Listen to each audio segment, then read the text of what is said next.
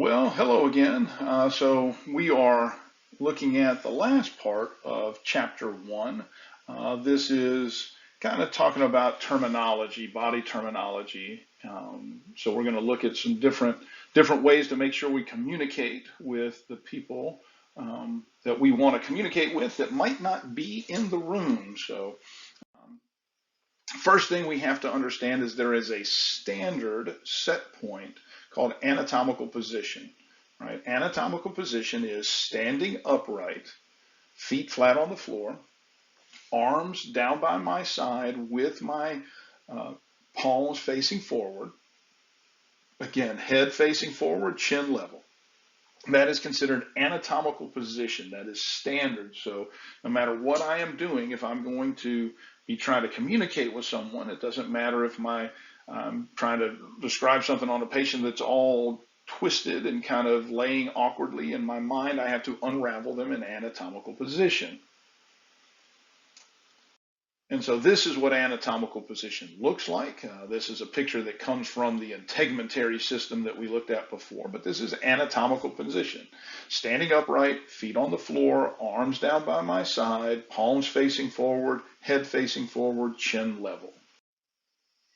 Now, once we get to that point, now we can describe things. And so we take these terms of relative position, and these are going to be comparative terms, and I'll get this out of the way again. I should start with that, but these are comparative terms. So you have to have something to compare them to. And I joke in class and say, I can't just say my nose is superior. I have to say superior to what? So my nose is superior to my mouth. You have to have some sort of anchor, some sort of set point, some sort of place where you can compare it to. So superior means above, inferior below. My nose, while it's superior to my mouth, it is inferior to my eyebrows, for instance, or whatever. Um, Anterior ventral means front or towards the front. Posterior dorsal means towards the back. And these words get interchanged all of the time. For instance, in the nervous system, we're going to look at something called the dorsal root ganglion. It is the root ganglion on the back part of or the back version of the dorsal root. So dorsal root ganglion. Um, and then in the same sentence, you're looking at that, and then it talks about the posterior horn. These two words, again, get very interchanged, so don't freak out if you see something that's constantly talking about dorsal this, dorsal that, and then occasionally they drop a posterior in there. And that goes the same for anterior and ventral. They get interchanged very often. Medial means more towards midline. Lateral means farther away from midline. So we have an imaginary line in the middle of our body that if it's closer to, it's midline. If it's farther away, it is lateral. So my eyes, for instance, are lateral compared to my nose because my nose is more midline, but it is medial compared to my ears, or they are medial compared to my ears. Now, these three, bilateral means it's paired on either side. So I've got my arms are bilateral. I've got a right and left arm. Now, if we're not talking about something that is paired, we can use these two terms.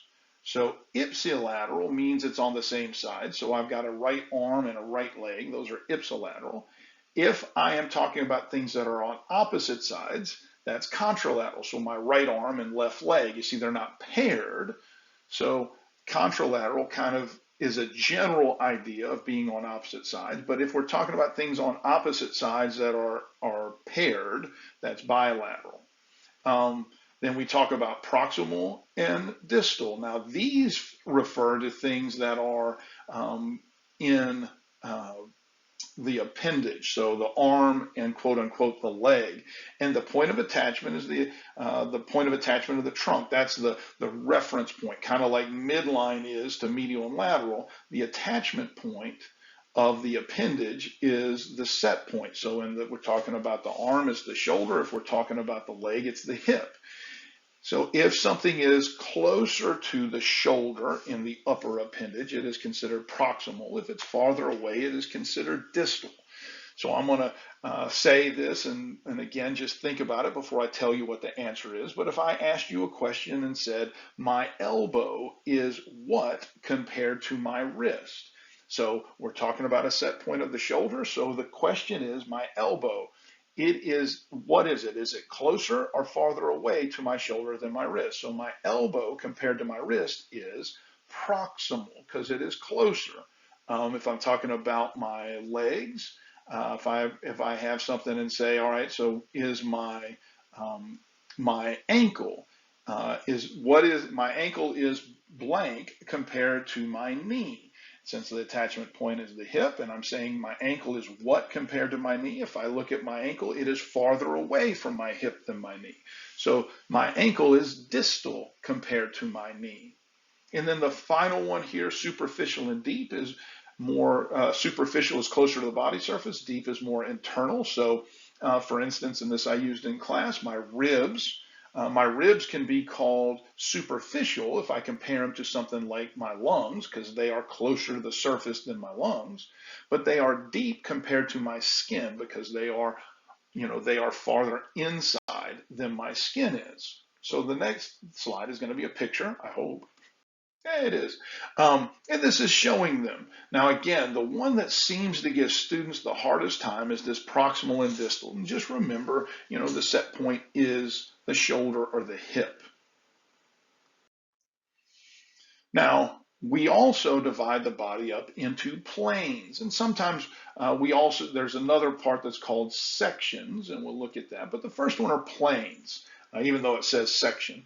Right? So we have three distinct planes: sagittal, transverse, and coronal. And transverse is also called horizontal, and coronal and frontal are interchangeable. So I'm going to look at the picture, right? So this picture of this person here. Right? So if I look at, first I'm going to look at this one that divides the body. If I look at this, it divides the body superior and inferior. This is called the transverse or horizontal plane.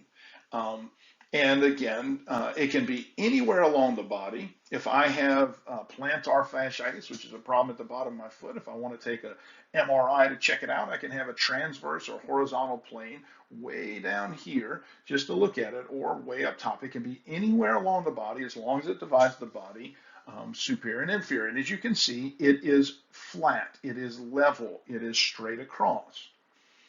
Then I have one that divides the body front and back. So if I look at it, it's dividing the body. Part of it is front, part of it is back. This is called the frontal or coronal plane. Now, the frontal or coronal plane, just like I said, could be anywhere along the body. If I have a wart on the end of my nose, I could slide this thing up until it's right on my nose and then taking a little view of it. A frontal or coronal plane view only is saying that it's dividing the body front and back, anterior, posterior, ventral, dorsal, whatever you want to say. It's dividing the body like that. And then we come to the last one, which is called the sagittal plane, and it's going to divide the body right and left. So this, again, can be anywhere along this person's body. If I'm looking at something on the shoulder, I could slide this closer to the shoulder so it's cutting through, right here. Again, all three of these are standard. They're level or they're perpendicular. They're nice and perfect. Now, the sagittal has a special designation for the sagittal plane that hits as perfect midline as possible, and it is called the mid-sagittal plane. Now, in the book, it'll say every other sagittal plane that's not mid-sagittal is parasagittal, but if you understand the process, that is just overkill because they're all sagittal planes. If it happens to hit midline, we designate it as mid-sagittal. But if I don't designate it as mid-sagittal, by definition, it is parasagittal. But so sagittal should just cover all of them. All right, so I hope that makes sense. But those are the three planes: transverse or horizontal, frontal or coronal, and then sagittal. Now, you're going to see these in a lot of names. For instance, when we look at the muscles, the internal most abdominal muscle in the lateral wall is called the transverse abdominis because the the muscle fibers run in that same plane straight across. Um, when we look at the bones of the skull, we'll look at these things called sutures, which are the joints of those, look like little stitching, and you'll see that there's a frontal or coronal suture that is right along that plane. So they're going to come back, over and over again. And if you understand those, it will help. This is a picture. This would be looking at just cross sections, as they would say. And so this is kind of along the planes, and they rely it as sections. So, this is a coronal plane view of somebody's brain, right? It's dividing it right along the coronal or frontal plane. This is a transverse plane view because it's cutting it across. And then this is a sagittal plane view, and since it is right down the middle, this would be considered a mid-sagittal plane view. Now, when we look at some of these other sections, a cross section, an oblique, and a longitudinal, by far right now, the oblique, and I can't get back to this, I don't know how that happened, but I'm not going to stress about it. The only one I really wanted you to know on that was the oblique. And oblique means runs at an angle. So anything that doesn't fit into those three different planes, if it runs at an angle, it is called an oblique plane view. So now we look at how we talk about and refer to things in the abdominal area. So there's no landmarks in this area, save for one, which we call the belly button, which is a remnant of your umbilical cord, which kind of comes in handy as we go through. But we divide the abdominal area into two different ways. One way we look at are called quadrants. Quad means four, so we divide it into four areas, and it is easy as knowing upper and lower and right and left. But just remember, if someone is facing you, they are a mirror image. So your right is their left. So be careful of jumping to conclusions and thinking that if I'm looking at this and I ask you this one, that this is the right upper quadrant because it's on your right side, because it's not about you, it's about the patient. So remember, right and left are mirror image. Now that, I don't want that to sound like that's an intelligence thing, it's really just a concentration thing. So it is easy to do. Now the regions, which are far more specific and that therefore are generally the ones that a lot of people use in hospitals and whatever because they're more specific for the area. There are 9 regions, and if you ever get confused about regions, draw a tic-tac-toe board out and count the squares because that's what this is. It makes a big tic-tac-toe board. Now, we start with this one in the middle, and I'll tell you, again, not getting into the tic-tac-toe stuff, but in this, we definitely want to start in the middle because it's the only area that has a landmark. And again, like I said, your belly button is the remnant of your umbilical cord. So this region in the middle is called the umbilical region. Now, for pretty obvious reasons. The region above is called the epigastric region, and this is one of the first little prefixes that I think would be good to know. Epi means above or outer, and so when they were naming these, the entire area of the abdominal pelvic area, because it's mainly with digestion, they used to call it the gastric region, which is referring to digestion.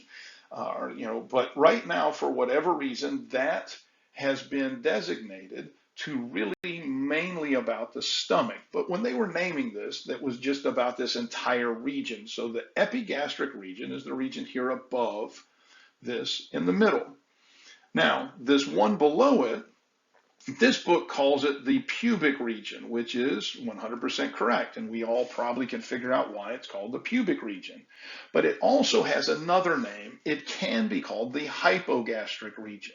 Now, as a student, anytime I see something that has like an epi and a hypo with the same root word, it makes it easy to remember it for me because all I have to do is understand a little bit about the verbiage and I can start manipulating it, right? So if I know that the epigastric is above the umbilical, it kind of ties in without much mental energy to know that the hypogastric is below it. So the pubic or hypogastric region, it has this, both of those names are 100% correct. The pubic region is very easy to understand why it's called that. So I'm not saying that I would necessarily stress about that. However, if it was something that was difficult, I would definitely remember epi and hypo gastric, because it just ties together. I switched to yellow over here, so now I'm going to be on the lateral side. So I'm picking the right side over here. The bottom part, this is called the inguinal region on this particular book. Now, if you took 112 here, you might have heard it as called the iliac region. The region, both of those are 100% correct. This ligament that's right here, that's running right through there, is called the inguinal ligament. That is an area called the inguinal line, the inguinal area. And so that's one of the reasons why it's called inguinal. The other thing is this part of the bone that we would commonly call the hip, trying to draw a little arrow to it, that particular part is the ilium. And so it can be called the iliac region because of that. And again, both of them are 100% correct. The middle part is called the lateral region, and it also has another name called the lumbar region. Now, I have, in my time dealing in the healthcare field, I've only ever heard it called the lumbar region. I've never heard it called the lateral region except through our book.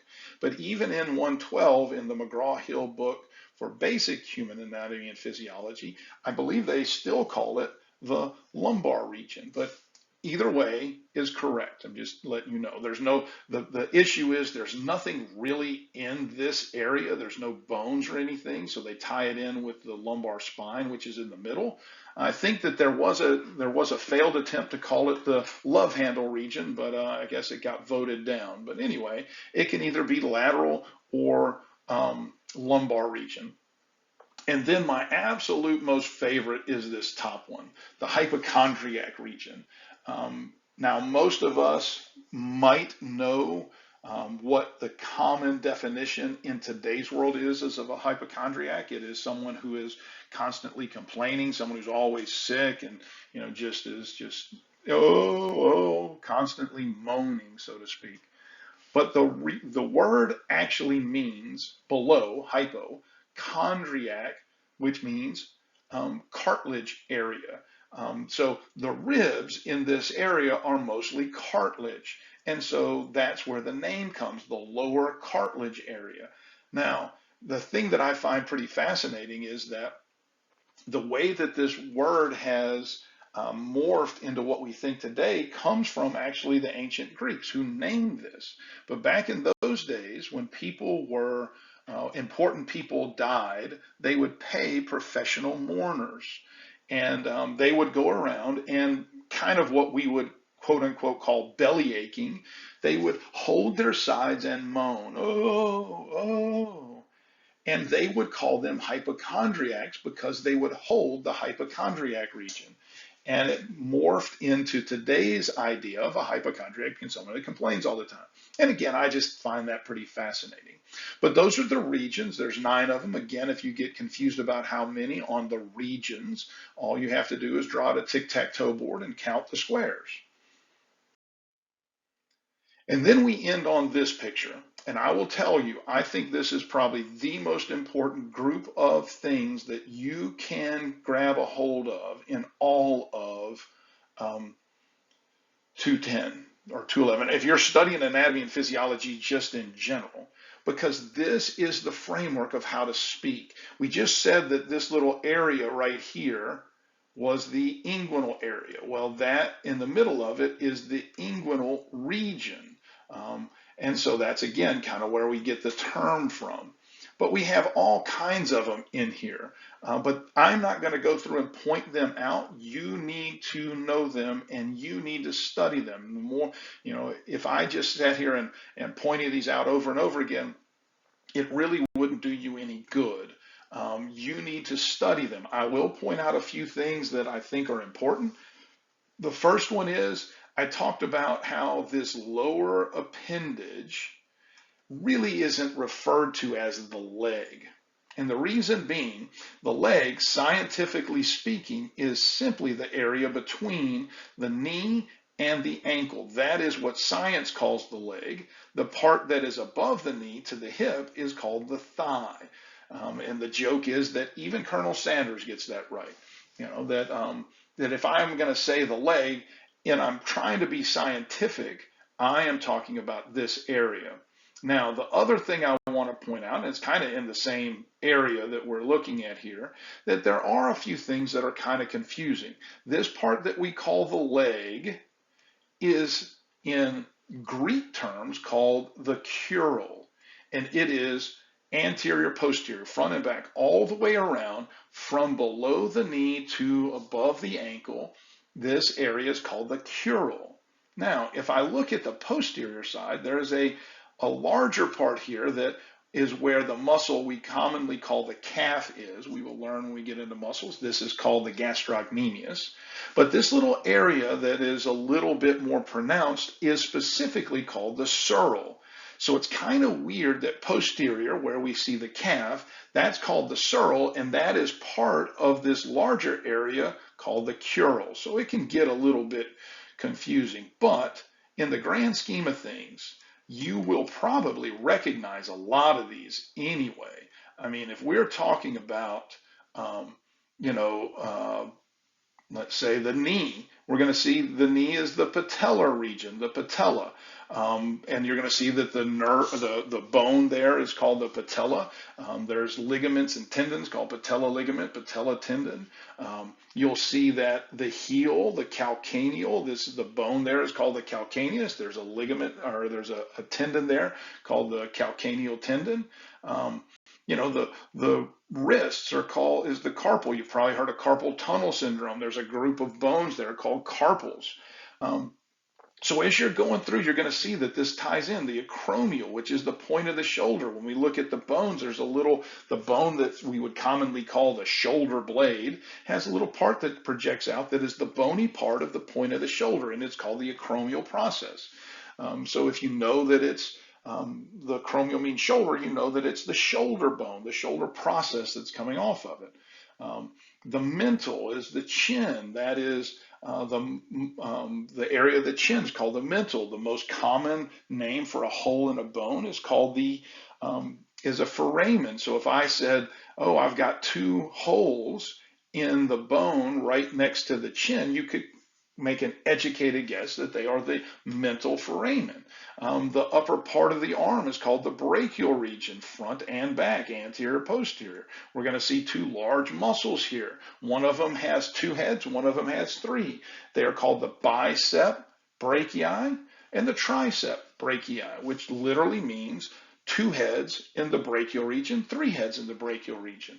So as you start going through this, you'll start seeing that these words are really important because they are names of bones, they're names of muscles, there's going to be names of nerves, they're going to be names of arteries and veins, and over again. So I highly, highly encourage you just to kind of take time and look at these. I would encourage you to say the names out loud when you look at them. You probably want to even write them down sometimes. This is one of those parts where, again, in the lab book, I highly encourage you to just write them in as you're going through, because it takes a different area of your brain to be stimulated for every little thing you do like that, whether you say it or write it out. All of those require different parts of the brain. So I hope that all makes sense. I hope everyone has a wonderful day, and I will continue with the videos. Take care.